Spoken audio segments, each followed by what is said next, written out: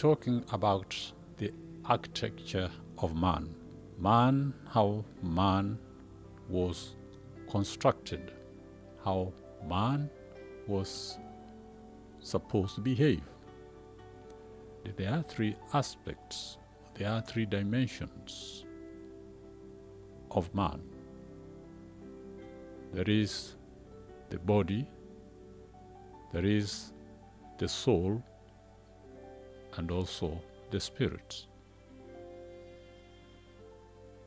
Man is a spirit, he has a soul, and lives in a body. There are also 6 aspects or dimensions of man's creation. The soul of man, is between the spirit and the flesh. So the soul of man, it links the spirit and the flesh.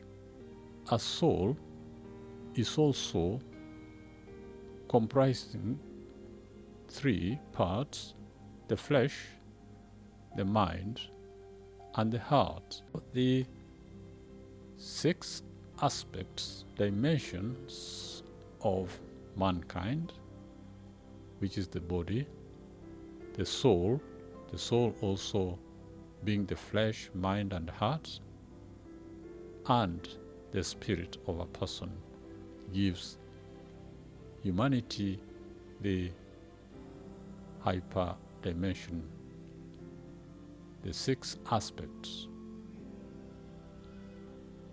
The body of a person is the center of the expressions of a person. The flesh, which is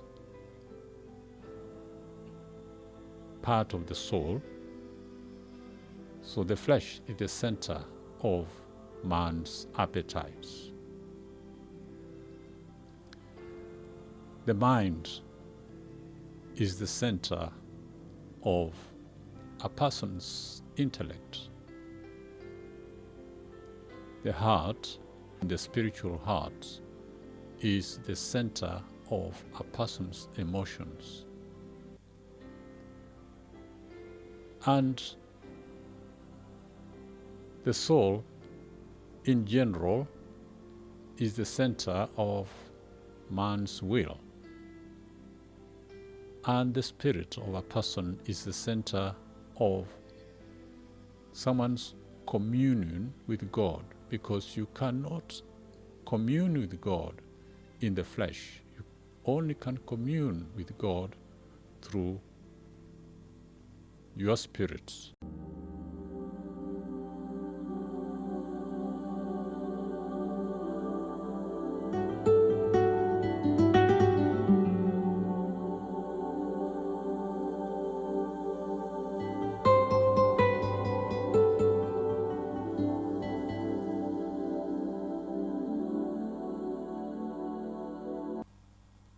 As we have mentioned, there are 3 aspects of man in 3-dimensional language. There are also 6 aspects in the hyperdimensional. Man was fearfully and wonderfully made. We have seen the 3 aspects: the body, soul, and spirit.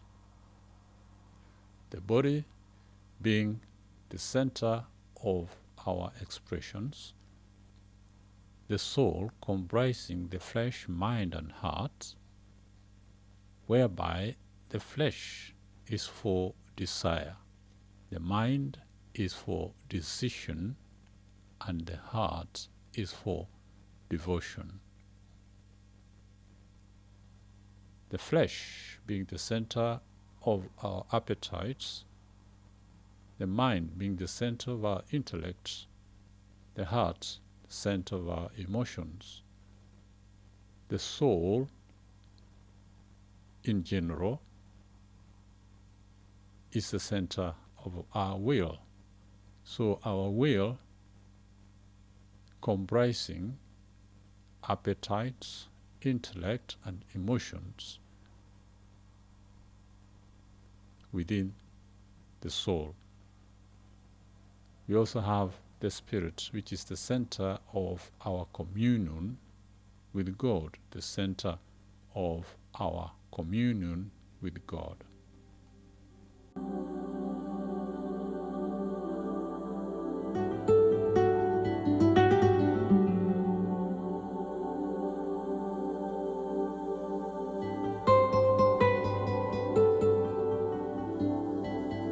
The body of man is the center of our expressions. The body, which is physical, it is the physical shell in which we live. So this, our body,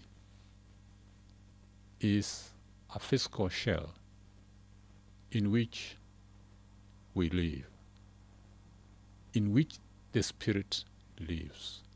Our spirit is what gives life to the body, because a body without the spirit is dead.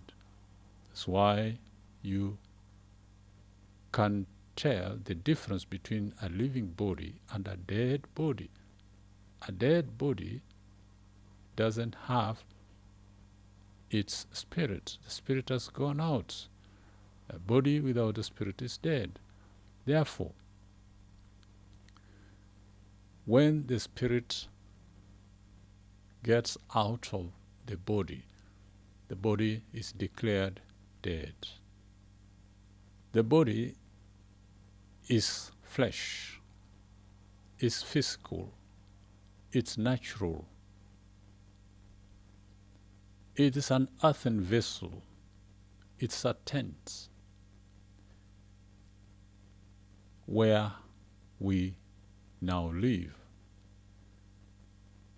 So the spiritual person lives in the physical shell, in the earthen vessel. The earthen vessel, something that was formed out of the dust of the ground, is earthen, from the earth. So it's a tent in which the spirit lives. It's a type that will be in the next life a body that will be a glorified body. Not a temporary, but an everlasting body. In the next life, there is a life after this, eternal. The next life, our eternal state of being. The book of 1 Corinthians chapter 15 talks about the eternal, incorruptible body, everlasting body, glorified. So this body we have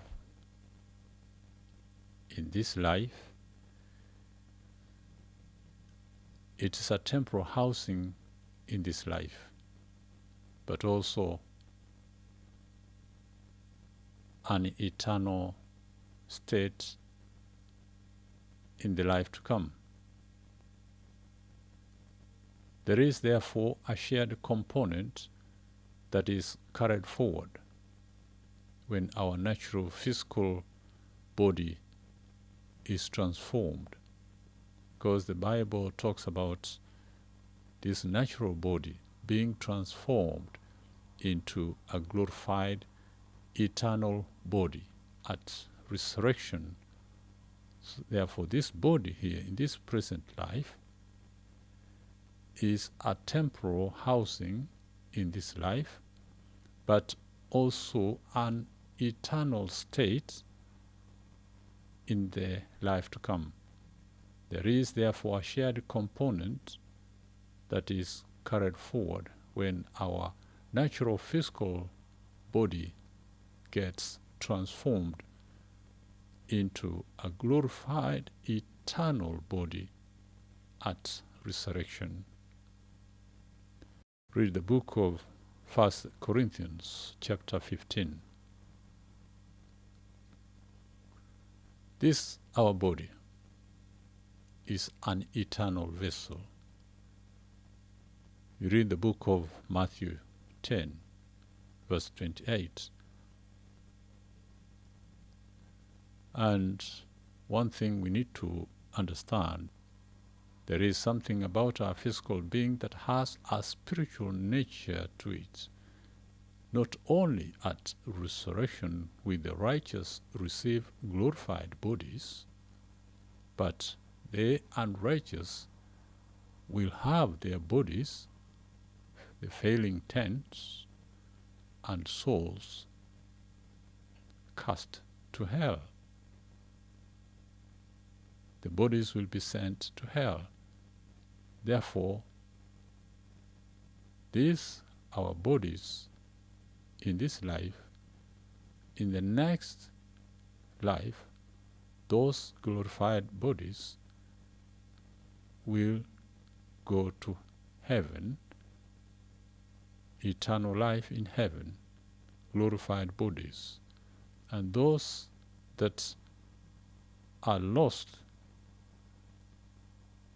their bodies will be cast into hell for eternal condemnation, for eternal sentence, because on the last day, those who have accepted, who have been saved, they'll go to heaven, and those souls that are lost, they'll be cast into hell for eternal condemnation.